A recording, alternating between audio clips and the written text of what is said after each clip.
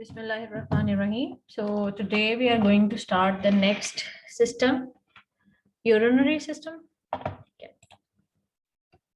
So what is urinary system? It is one of the 4 excretory systems in our body.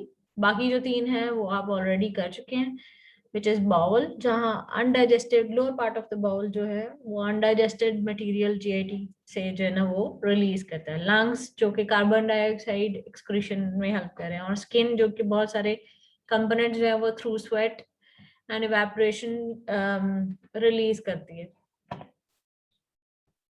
Now, what are the components of urinary systems? These are the components. एक जो हैं वो हैं which are going to produce urine, जो कि filtration का काम कर रहे हैं और blood से जो waste material है उसको filter करके urine formation start करते हैं. फिर जो conduits हैं जो कि conduct करने का काम करते हैं, urine ureters.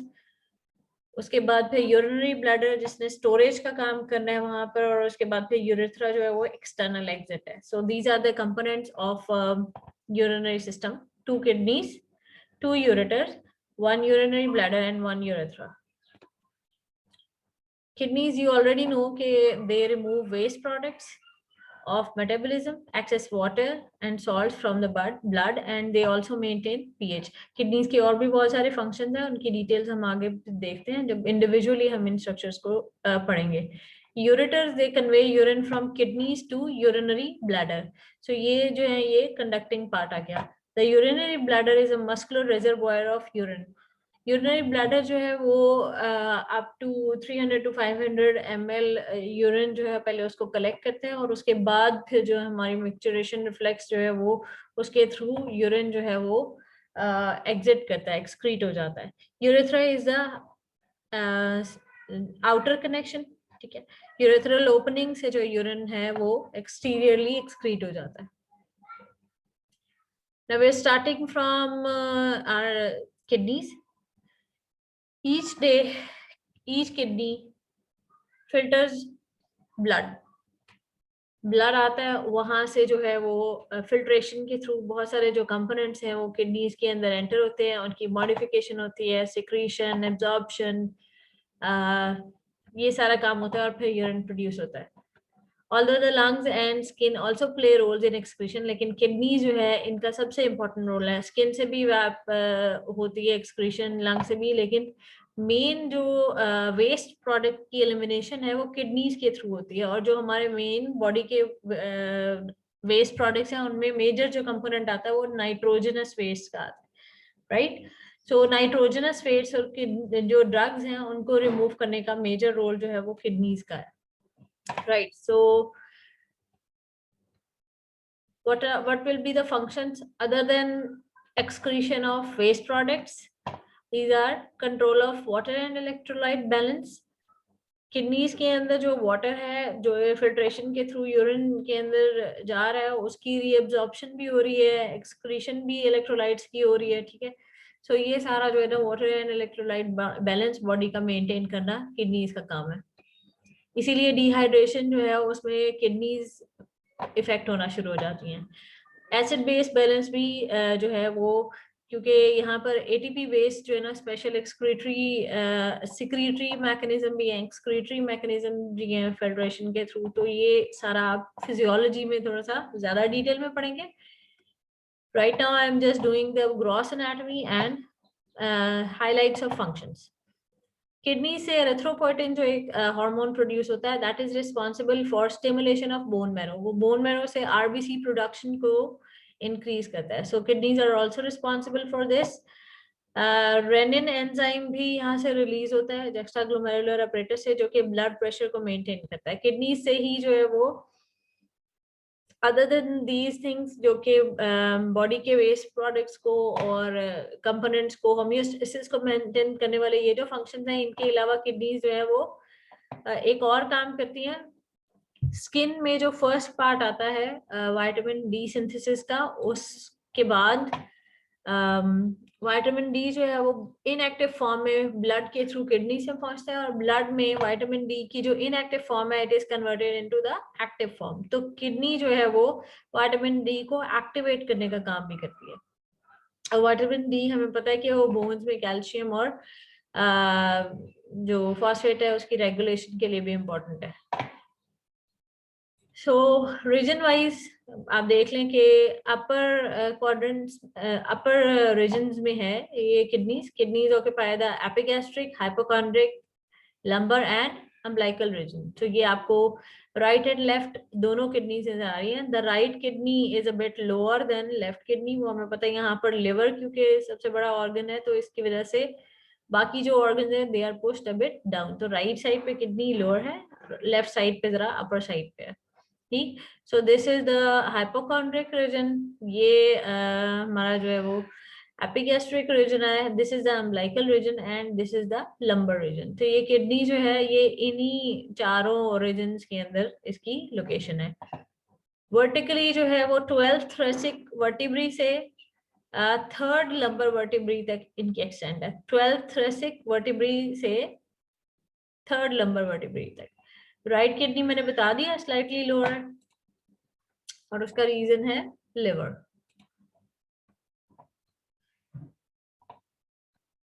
Reddish brown structures हैं। वेरी इंपॉर्टेंट थिंग कि किडनीज जो है वो उस तरह से जिस तरह हमने बात की थी कि सारे ऑर्गन्स जो है वो सीरस मेम्ब्रेन्स के अंदर होते हैं, ठीक है, लेकिन किडनीज वो स्ट्रक्चर्स हैं। ये अगर हम वॉल की बात करें एब्डोमेन की, और दिस इज द पेरिटोनियम। तो किडनीज जो है जो स्ट्रक्चर्स हैं वो बेसिकली एब्डोमिनल वॉल के साथ जुड़े हुए हैं। They are not lying in the serous cavity. तो किडनीज जो है उनके ऊपर जो है ना सिर्फ और सिर्फ anteriorly they are in contact with the peritoneum. वो भी वो पैराइटल पेरिटोनियम जो है वो किडनीज के ऊपर पड़ी होती है। Kidneys are embedded on the posterior abdominal wall. तो ये उनकी आपको लोकेशन नजर आ रही है पोस्टीरियर एब्डोमिनल वॉल पे, किडनीज की इनर साइड पे। तो ये डायग्राम से क्लियर हो जाता है, right. So they are retroperitoneal. इसका मतलब है कि they are behind the peritoneal side. They are not present in the peritoneal cavity. तो इसके ऊपर ना वो visceral peritoneum होगी, ना वो visceral apparatus के दरमियान में जो fluid वाला होता है part, वो भी इसको इस तरह से नहीं होगा। ये abdominal wall के साथ associated. And they are lying on each side of the vertebral column. So ये vertebral column आपको नजर आ रहा है और दोनों साइड पे किडनी नजर आ रही है। लेफ्ट वाली किडनी के साथ रिलेशन है स्प्लीन का, और जो राइट किडनी है वो लिवर के नीचे पड़ी हुई है। They are largely protected by the costal margins, and here we can do the gross anatomy. Gross structure अगर हम देखें तो ये आपको एक बीन शेप स्ट्रक्चर नजर आ रहा है किडनी का।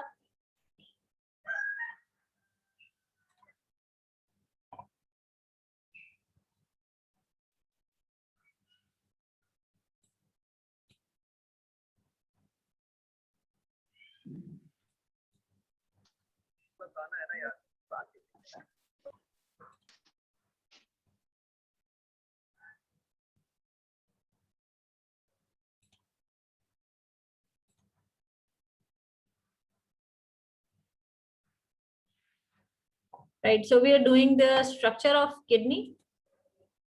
इसमें जो ग्रॉस एनाटमी है किडनी की आप देख सकते हैं कि it is a bean shape structure, right. So bean shape structure है। You can see this is the lateral border, this is the medial border. lateral border सारा का सारा कन्वेक्स ही नजर आ रहा है आपको। मीडियल बॉर्डर देखिए यहाँ से कन्वेक्स है, इस पार्ट में थोड़ा सा डिप्रेशन है और फिर ये कन्वेक्स है अगेन। तो ये जो कनकेव डिप्रेशन है इसको हम हाइलम कहते हैं। लेंथ इसकी अराउंड 11 सेंटीमीटर, वेट इसकी 5 सेंटीमीटर है, और ये सारे बेसिकली इसके जो है ना ग्रॉस फीचर्स हैं एक्सटर्नली जो हमें ये नजर आते हैं, ठीक है।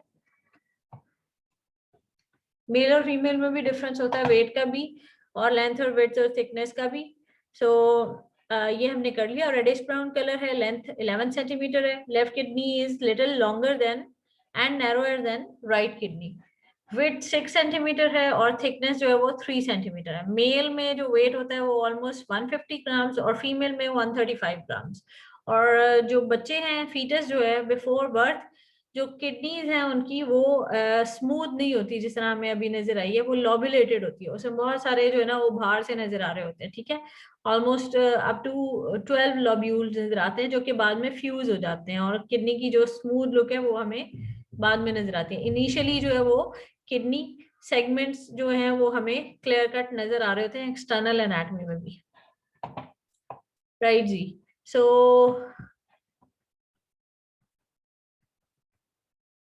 देन विद डायफ्रैग्मेटिक कॉन्ट्रैक्शन, अब बिल्कुल डायफ्राम के नीचे ये पड़ी हुई है किडनीज, ठीक है। जब डायफ्राम की कॉन्ट्रैक्शन होती है तो किडनीज थोड़ा सा नीचे को पुश हो जाती है, ऑलमोस्ट 2.5 सेंटीमीटर, राइट।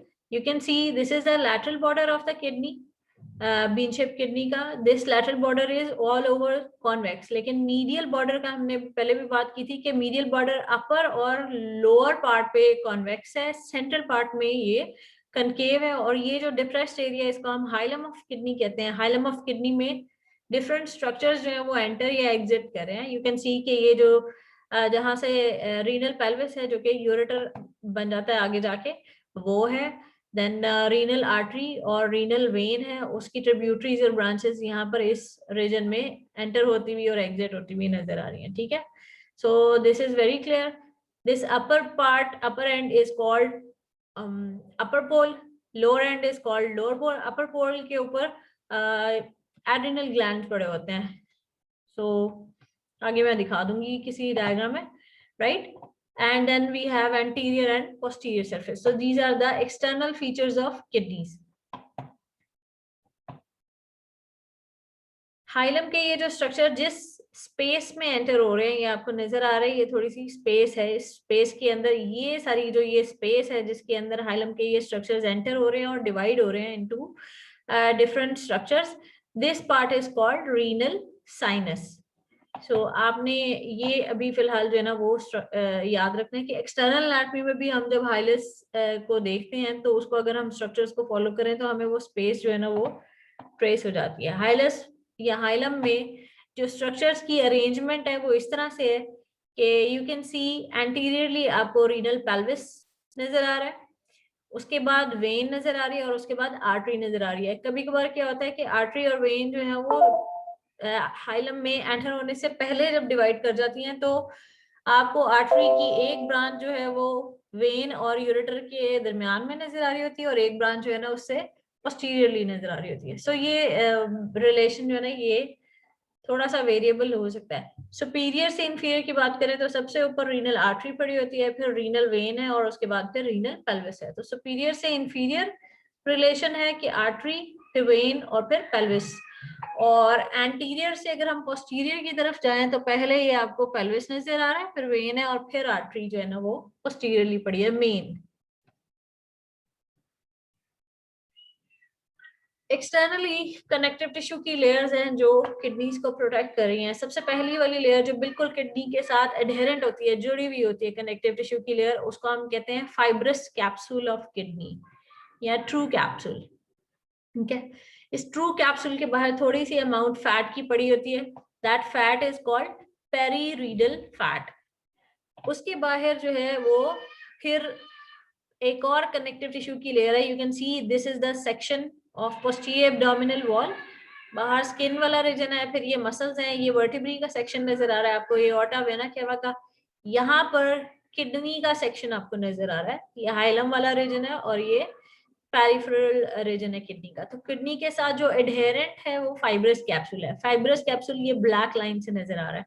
इससे बाहर जो फैट की अमाउंट है उसको हम कहते हैं पेरिनेफ्रिक या perirenal fat, which is around the fibrous capsule. उसके बाद फिर कनेक्टिव टिश्यू की एक लेयर है जो बाकी सारे पोस्टीरियर एब्डोमिनल वॉल के ऑर्गन्स को भी कवर कर रही है। डी फेशिया की जो लेयर है वो किडनीज के अराउंड है, उसको हम रीनल फेशिया कहते हैं। जहां पे वो किडनीज के अराउंड है उसको हम रीनल फेशिया कहते हैं। और रीनल फेशिया के बाहर भी थोड़ी सी जो है वो फैट की अमाउंट है जिसको हम कहते हैं पैरारीनल फैट। ये जो फैट की इतनी सारी अमाउंट है वो यहाँ पर किडनीज को जो है ना वो कुशन वाला इफेक्ट देते हैं, वो प्रोटेक्ट करने के लिए हैं। बहुत ज्यादा जो है ना वो शॉक किडनीज तक नहीं पहुंचता, ठीक है। तो शॉक एब्जॉर्बर का और कुशन वाला इफेक्ट देने के लिए यहाँ पर ये कवरिंग्स है। And the last three structures, ये एक स्ट्रक्चर तो इनके साथ जुड़ा हुआ है किडनी के साथ, ठीक है, वो उसके पार्ट है। बाकी जो तीन स्ट्रक्चर्स हैं they are basically supporting the kidney in their position, अपनी पोजीशन से उसको ज्यादा मूव नहीं करने देते। Alright, coming to the internal structures of kidney. Internal structure में अगर आप देखें तो किडनी में ये जो रीनल साइनस वाला पार्ट है जिसके अंदर रीनल पेल्विस की बहुत सारी ब्रांचेस डिवीजन नजर आ रही हैं, थोड़ी सी फैट की अमाउंट नजर आ रही है, और फिर अगर हमें आर्टरीज और वेन्स दिखाएं तो वो भी यहाँ पर डिस्ट्रीब्यूट होती हुई नजर आती है। जो मेन स्ट्रक्चर है, जो किडनी का अपना स्ट्रक्चर है, that is divided into two parts. This outer light coloured part जो पेरिफेरी पे है, दिस इज कॉल्ड कॉर्टेक्स। और ये जो डार्क कलर का पार्ट है जिसमें बहुत सारे आपको पिरामिडल स्ट्रक्चर नजर आ रहे हैं, this part is called medulla. Cortex and medulla. So each kidney is divided into an outer cortex and inner medulla. Medulla जो है उसमें आपको जो ये पिरामिडल शेप स्ट्रक्चर नजर आते हैं, इनको हम रीनल pyramid कहते हैं। There are about 12 renal pyramids in each kidney. This part of the pyramid जो कि बेस वाला रीजन है, ठीक है, और ये जो एपेक्स है pyramid की उसको हम पैपिला भी कहते हैं। बेस कॉर्टेक्स की तरफ है और जो एपेक्स है वो रीनल जो पेल्विस है उसकी डिवीजन्स की तरफ है, right. So the base of each pyramid is directed laterally toward the cortex, while apex renal papilla is projecting medially, ठीक है। तो lateral जो है वो base है और medial की तरफ जो जा रही है वो apex है, राइट। कॉर्टेक्स से जो स्ट्रक्चर्स कंटिन्यू कर रहे हैं और मेडल्ला में पायरामिड्स को सेपरेट कर रहे हैं, these structures are called renal columns. तो ये एक रीनल कॉलम है दोनों पिरामिड्स के दरमियान में, फिर ये एक रीनल कॉलम नजर आ रहा है दोनों पिरामिड्स के दरमियान में। These are continuation of cortex.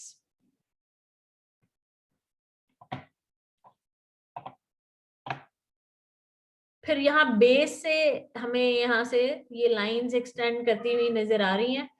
ये सारी चीजें बेसिकली ये है कि मेडल्ला का जो ये रीनल pyramid है और उसके ऊपर वाला पार्ट यहाँ पर बेसिकली नेफ्रॉन का हाफ पार्ट, यहाँ पर हाफ पार्ट जो है ना वो ये पिरामिड के अंदर पड़ा होता है, ठीक है। तो ऐसे लगता है कि ये जो मेडल्ला और उससे ऊपर वाला कॉर्टेक्स है उसमें कंटिन्यूएशन है। तो ये जो मेडल्ला के ऊपर जो कॉर्टेक्स है उनको हम जो लाइंस एक्सटेंड करी होती हैं उनको हम मिडलरी रेज कहते हैं, ठीक है। और इतना part, this part with renal pyramid और उसके ऊपर जो कॉर्टेक्स है, ये एक लोब इसको हम कहते हैं। This is one lobe of kidney, right.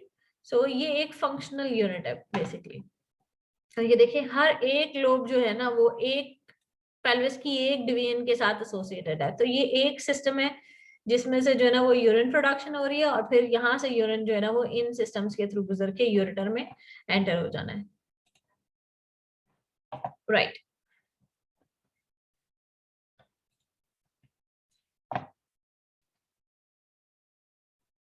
फिर रीनल साइनस की मैंने पहले भी बता दिया आपको कि इसमें हाइलम के स्ट्रक्चर्स जो है ना वो आके डिवाइड करें। ये सारी जो स्पेस आपको नजर आ रही है ये जिसके अंदर ये सारे स्ट्रक्चर्स पड़े हैं, this is called renal sinus.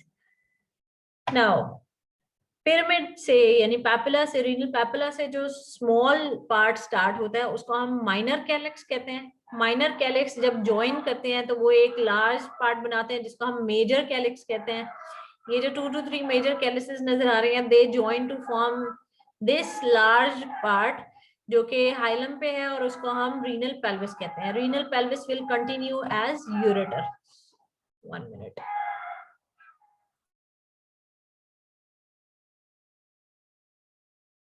इसका इंटरनल स्ट्रक्चर में हमने रीनल पेल्विस की कंटिन्यूएशन पढ़ लिया, ureter. So this is the internal structure of kidneys.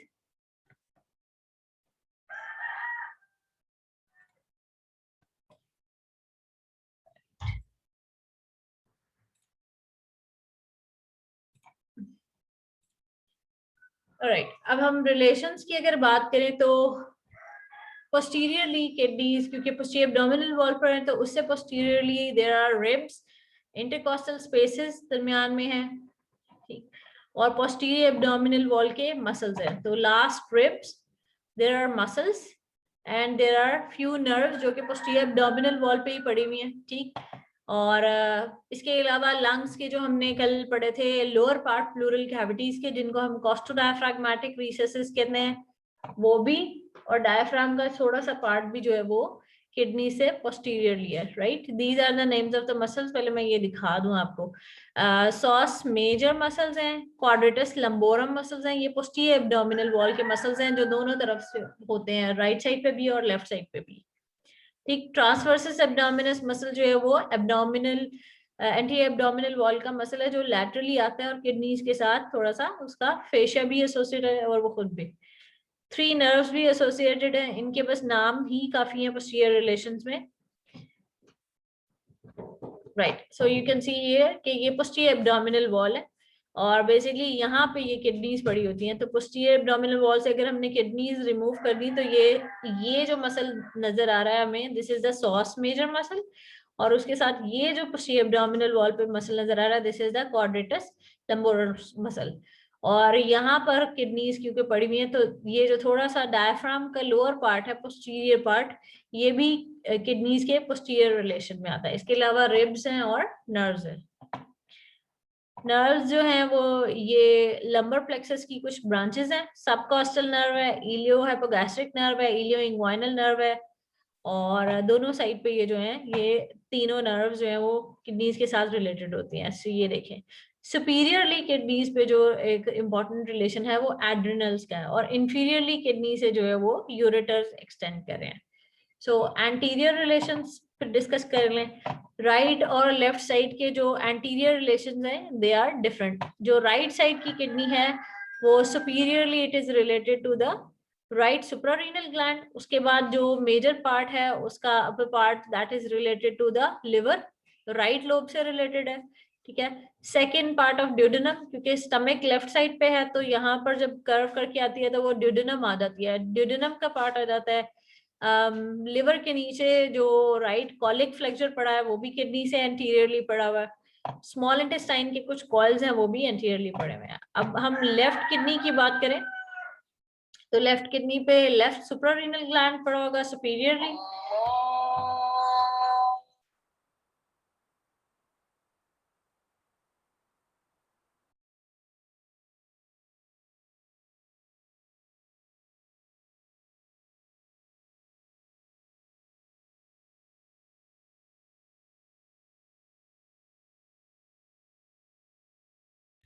Right. Left side है तो स्टमक और स्प्लीन का रिलेशन है, पैंक्रियास का रिलेशन है, लेफ्ट कॉलिक फ्लेक्चर है, डिसेंडिंग कॉलन है, और जो कॉइल्स ऑफ जेजुनम है। So you can see here कि अगर हम रिलेशंस की बात करें पोस्टीरियर तो वो हमने देख लिए थे, सॉस मेजर था, क्वाड्रेटस लंबोरम था, और डायफ्राम का कुछ पार्ट था जो किडनीज के पोस्टीरियरली आ जाता है। रिब्स और लास्ट 2 रिब्स और उनके जो इंटरकॉस्टल स्पेसेस हैं वो भी आती हैं। सुपीरियरली दोनों किडनीज पे एड्रिनल ग्लैंड्स पड़े हुए हैं, राइट। लेफ्ट साइड पे अगर आप किडनी देखें तो उसके एंटीरियरली पैंक्रियाज है, स्टमक है, स्मॉल इंटेस्टाइन के कॉइल्स हैं, लेफ्ट कॉलिक फ्लेक्चर इधर आ जाता है, और राइट साइड की बात करें तो वो ड्यूडेनम आ जाता है, राइट कॉलिक फ्लेक्चर आता है, ऊपर लिवर पड़ा हुआ है इस लोकेशन में। ये सारे आपने जब जीआईटी में पढ़ा था तो इन ऑर्गन्स की लोकेशन पड़ी थी, तो आपको ये पता होना चाहिए कि these organs are lying in front of both the kidneys. Blood supply important है किडनीज की। रीनल आर्टरी जो है that is a branch of aorta at the second lumbar vertebral level. Renal artery जैसे ही स्टार्ट होती है तो kidney में एंटर होने से पहले या किडनी में एंटर होते ही it divides into 5 branches, 5 segmental arteries उन्हें हम कहते हैं। जो हम किडनीज के जो डेवलपमेंट के दौरान में हम पढ़ते हैं तो वो 5 सेगमेंट्स पे पहले डेवलप होती है किडनी, और उसके बाद फिर वो सारे फ्यूज कर जाते हैं, जिनकी हमने पहले भी बात की थी कि वो लॉबुलेटेड अपीयरेंस होती है किडनी की और बाद में स्मूथ हो जाता है, ठीक है। तो उसी तरह से रीनल आर्टरी से फिर 5 सेगमेंटल आर्टरीज निकलती हैं, और हर सेगमेंट में जाके फिर उसके उस पोर्शन के अंदर जितने रीनल पिरामिड्स और कॉर्टेक्स के पोर्शन हैं उनको फिर फर्दर ब्रांचेस देती हैं। The 4 arteries are in front, और एक जो ब्रांच है वो पोस्टीरियर है, ठीक है। तो इनका जो आइडेंटिफिकेशन है वो नेक्स्ट स्लाइड में आपको दिखा देती हूँ। राइट, सो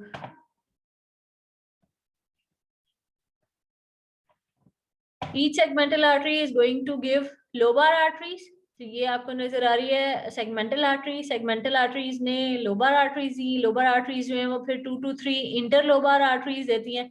ये एक लोब है, ठीक है, और लोब के दरमियान में से जो आर्टरीज गुजर रही होंगी उनको हम इंटरलोबार आर्टरीज कहते हैं। तो ये इंटरलोबार आर्टरीज है, ये भी और ये भी इंटरलोबार आर्टरीज नजर आ रही हैं, राइट। इंटरलोबार आर्टरीज जो हैं they run toward the cortex on each side of the renal pyramid। तो ये आपको नजर आ रहा है, ये भी है और ये भी है, ये कॉर्टेक्स की तरफ जा रही है। कॉर्टेक्स में जाने के बाद ये जो अब हॉरिजॉन्टल आर्टरीज देती हैं जो पिरामिड की बेस के ऊपर पड़ी हुई हैं, इनको हम आर्कुएट आर्टरीज कहते हैं। और आर्कुएट आर्टरी से फिर ये स्ट्रेट ब्रांचेस जो हैं वो रीनल कॉर्टेक्स की तरफ जा रही हैं और इनको हम इंटरलोबुलर आर्टरीज कहते हैं। तो इंटरलोबुलर आर्टरीज तक जो है ना वो ये ब्रांचेस आती हैं। इसके बाद फिर आगे ग्लोमेरुलर आर्टेरियोल्स आ जाते हैं। ग्लोमेरुलर आर्टेरियोल्स जो इंटरलोबुलर आर्टरी से अराइज करते हैं, वो अभी हम जब नेफ्रॉन का स्ट्रक्चर पढ़ेंगे तो हमें आइडिया होगा कि वो रीनल कॉर्पसल का हिस्सा बन जाती है, ठीक है। सो यहाँ तक जो है वो ग्रॉस एनाटॉमी में हम देख सकते हैं। फिर फर्दर जब और जूम करके देखेंगे तो फिर अगली ब्रांचेस जो आर्टेरियोल्स हैं वो हमें नजर आएंगी। सो समराइजिंग के रीनल आर्टरी है उसकी सेगमेंटल ब्रांचेस होती हैं, ठीक है। अब ये आपको किडनी जो है वो डिवाइडेड नजर आ रही है into segments. Renal artery divides into 5 segmental branches. एक हमें एपिकल या ये ऊपर वाली सेगमेंटल आर्टरी नजर आ रही है, ठीक है। एक हमें ये कॉर्डल या लोअर वाली सेगमेंटल आर्टरी नजर आ रही है। 2 एंटीरियर हैं और एक पोस्टीरियर है। This is the posterior segmental artery, और एक एंटीरियर सुपीरियर वाली है और एक इंटीरियर इंफीरियर वाली है। इतनी ज्यादा वैसे डिटेल जो है वो आपके लेवल पे नहीं पूछते, लेकिन मैंने बता दिया आपको। आपने सिर्फ जो है ना वो इतना याद रखना है कि renal artery is divided into 5 segmental arteries. Segmental arteries से लोबार आर्टरीज बनती है, लोबार से इंटरलोबार, और उसके बाद फिर जो है वो आर्कोइड आर्टरीज, और आर्कोइड आर्टरी से ये। तो segmental artery and then we have these lobar arteries। Lobe के साथ है जो लोबर आर्टरी, लोब में एंटर होने के बाद फिर जो है ना वो इंटरलोबर आर्टरीज बनाती हैं। इंटरलोबर आर्टरीज जो है ना वो आगे आर्कोइड आर्टरी बनाती हैं, और आर्कोइड आर्टरी से जो है वो हमें ये सारी जो है इंटरलोबुलर ब्रांचेस मिलती हैं, ठीक है। और इंटरलोबुलर ब्रांचेस जो हैं उनसे आगे आर्टीरियोल्स बने हैं जो कि ग्लोमेरुलर एफरेंट आर्टीरियोल्स हैं। Now this is very important। ये आपको एक लोब का स्ट्रक्चर नजर आ रहा है, रीनल कॉर्टेक्स का पोर्शन है और एक पिरामिड है। यू कैन सी कि ये जो हमने अभी पढ़ी थी इंटरलोबुलर आर्टरीज, उनसे जो आर्टीरियोल्स निकल रहे हैं वो ग्लोमेरुलस बना रहे हैं। और ग्लोमेरुलस जो है वो नेफ्रॉन का पार्ट है। ये नेफ्रॉन का आपको बोमन कैप्सूल, फिर वो प्रॉक्सिमल डिस्टल और लूपोफेनले ट्यूब्यूल सारी नजर आ रही हैं। और ये जो पार्ट है this is the collecting duct. अगर आप देखें कि रीनल कॉर्टेक्स से कलेक्टिंग डक्ट और कुछ नेफ्रॉन्स के जो लूपोफेनले वाले पार्ट्स हैं वो एक्सटेंड कर रहे होते हैं रीनल मेडल्ला में। सो ये आपको सारा स्ट्रक्चर नजर आ रहा है।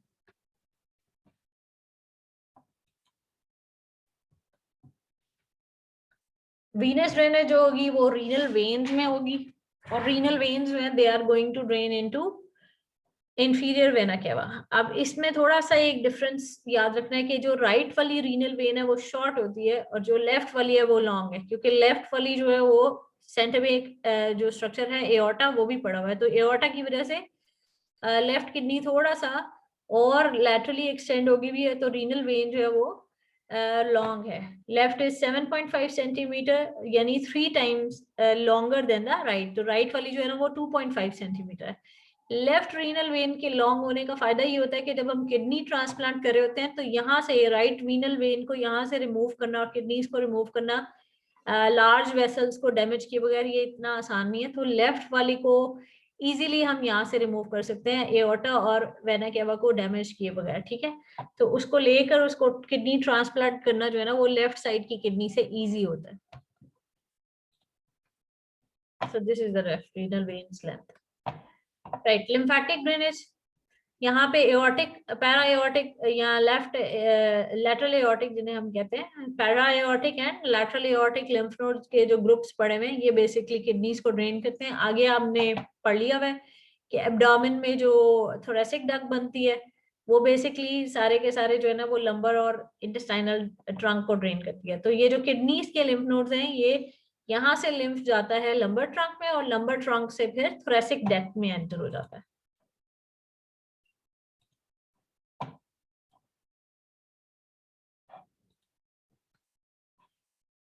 नर्व सप्लाई, अब ऑर्गन है, ऑर्गन ऑटोनॉमिक नर्वस सिस्टम से सप्लाई होना, ठीक है। तो इसमें पैरासिम्पैथेटिक और सिम्पैथेटिक नर्वस सिस्टम जो है वही आना। सिम्पैथेटिक जो है वो आना है through these nerves, thoracic nerves 10, 11, 12, और पैरासिम्पैथेटिक जो है ना वो हमें पता है कि वेगस नर्व के थ्रू जो है ना उसकी होती है। आगे थोड़ा सा माइक्रोस्कोपिक स्ट्रक्चर्स देख लें। Kidneys, they have million of collections of uriniferous tubules, यानी ये जो हमें नेफ्रॉन्स जिनको हम कहते हैं, नेफ्रॉन और कलेक्टिंग डक्ट मिलकर जो है वो पूरा एक यूनिट बनाते हैं। Each kidney has 1 to 2 millions nephrons and thousands of collecting ducts, और एक कलेक्टिंग डक्ट में मल्टीपल नेफ्रॉन्स जो है वो ओपन हो सकते हैं, राइट। और ये जो आगे कलेक्टिंग डक्ट है वो जाके रीनल पैपुला के लेवल पर फिर वो माइनर कैलिक्स में ओपन हो जाएंगे और माइनर कैलिक्स में वो सारा ये यूरिन रिलीज कर देंगे। ये आपको कलेक्टिंग डक्ट की ओपनिंग पिरामिड में नजर आ रही है और आगे ये माइनर कैलिक्स का पार्ट स्टार्ट हो जाता है, right. So we are going to do the microscopic anatomy of kidney, जिसमें हम नेफ्रॉन का स्ट्रक्चर देखेंगे। कि तो नेफ्रॉन का स्ट्रक्चर आप ऑलरेडी थोड़ा सा पढ़ भी चुके हैं पिछली क्लासेस में। So it has this part जिसको हम रीनल कॉर्पसल कहते हैं। रीनल कॉर्पसल में ये जो बाहर वाला पार्ट है इसको हम बोमेन कैप्सूल कहते हैं, और उसके अंदर जो कैपिलरीज के लूप्स हैं उसको हम ग्लोमेरुलस कहते हैं, right. Then we have the proximal convoluted tubule, then we have straight part of the proximal tubule, then we have loop of Henle, ये जो थिन सा एक ट्यूब है जो स्ट्रक्चर है। Then we have straight part of distal convoluted distal tube, and then we have the convoluted distal tubule, and that ends here in the collecting duct.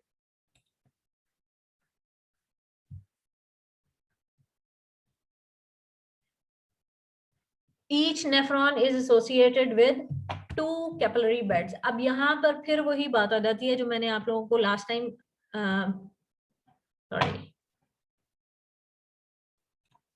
Right so ये वही बात आ जाती है जो हमने पोर्टल सिस्टम पढ़ा था। तो यहाँ पर रीनल पोर्टल सिस्टम के बारे में आपको आइडिया है। We have this arcuate artery. Arcuate artery से हमने कहा था कि इंटरलोबुलर आर्टरी जो है वो आगे जाके फिर आर्टीरियोल देती है, which is called afferent arteriole. Afferent arteriole से ये जो कैपिलरीज निकलती हैं, these are called glomerular capillaries. जिन्होंने ये स्ट्रक्चर बनाना है ग्लोमेरुलस, और यहाँ से ये जो कैपिलरीज हैं ये दोबारा ज्वाइन करके बजाय ये कि एक वेन बनाए, they again form an arteriole which is called efferent arteriole. Efferent arteriole वो कनेक्टिंग चैनल है, वो पोर्टल वेसल है जो कि 2 कैपिलरी बेड्स को कनेक्ट कर रही है। इफरेंट आर्टीरियोल आगे जाके ये ट्यूब्यूल के इर्द गिर्द देखें फिर कैपिलरीज में डिवाइड हो जाती है, which are called peritubular capillaries.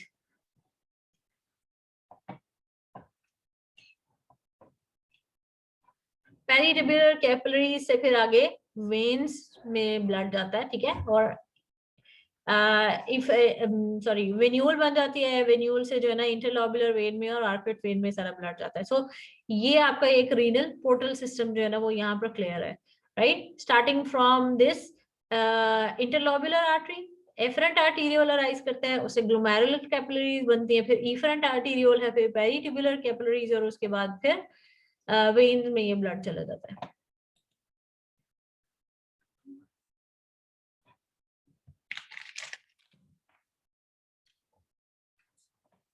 So this is again an flow sheet showing you the whole thing. Okay, we'll start from renal artery. Renal artery से segmental artery, segmental artery से interlobar artery, फिर arcuate artery, arcuate artery से interlobular artery, वहां से afferent arteriole, then is form glomerulus, glomerulus से जो capillaries हैं उससे फिर इफरेंट आर्टीरियोल बनता है, इफरेंट आर्टीरियोल से पेरिटिबुलर कैपिलरीज बनती हैं, और पेरिटिबुलर कैपिलरीज जो हैं दे ओपन इन द वेन्स, जिनको हम रिवर्स में अगर बोलना शुरू करें तो इंटरलोबुलर वेन, फिर आर्कोइड वेन बनती है, इंटरलोबार वेन बनती है, और फिर ये जो इंटरलोबार वेन्स हैं ये सारी की सारी रीनल वेन में ओपन हो जाती हैं। So here we are going to discuss different parts of a nephron. पहला पार्ट जो हमने अभी पहले भी देखा है, this is renal corpuscle, जिसके अंदर एफरेंट आर्टीरियोल जब एंटर होती है तो फिर उसके अंदर कैपिलरीज के ये जो लूप बनाती है, ये कैपिलरीज के लूप के ऊपर एक लेयर जो है वो बोमेन कैप्सूल की यहाँ पर भी आती है, कि थोड़ी सी इंटरप्टेड लेयर होती है। इंटरप्टेड इसलिए कि इसके अंदर छोटे छोटे ये जो सेल्स के अंदर गैप्स हैं, ये बेसिकली वो फिल्ट्रेशन बैरियर बनना है कि जब ब्लड यहाँ पर आएगा एक प्रेशर के साथ तो इन गैप से फिल्ट्रेशन स्लिट्स में से ब्लड के अंदर से जो फिल्टर है वो बाहर निकलेगा और इस स्पेस में एंटर हो जाएगा। इस स्पेस को ये जो लाइनिंग किया हुआ है ये बोमेन कैप्सूल ने किया हुआ है। अगर आप देख लें कि ये सिंपल स्क्वेमस एपिथेलियम आपको नजर आ रही है बोमेन कैप्सूल की, ठीक है। तो ये जो यूरिनोफेरस स्पेस इसको हम कहते हैं, इसके अंदर जो फिल्टर है वो पहले एंटर होता है, ठीक है। और उसके बाद जब फिल्टर हो जाता है तो फिर ये जो ब्लड है वापस एफरेंट आर्टीरियोल की तरफ चला जाता है। तो एक प्रेशर के साथ ब्लड यहाँ पर आता है, फिल्ट्रेशन वाला प्रोसेस होता है, जो फिल्ट्रेट है वो प्रॉक्सिमल ट्यूब्यूल की तरफ चला जाता है फ्रॉम दिस स्पेस, एंड जो ब्लड है वो वापस एफरेंट आर्टीरियोल की तरफ चला जाता है। तो इस वक्त यहाँ पर जो है ना वो प्रेशर के साथ फिल्ट्रेशन हो रही है, राइट। एक स्पेसिफिक और स्पेशल थिंग जो यहाँ पर मौजूद है रीनल कॉर्पसल में ही, जिसको हम कहते हैं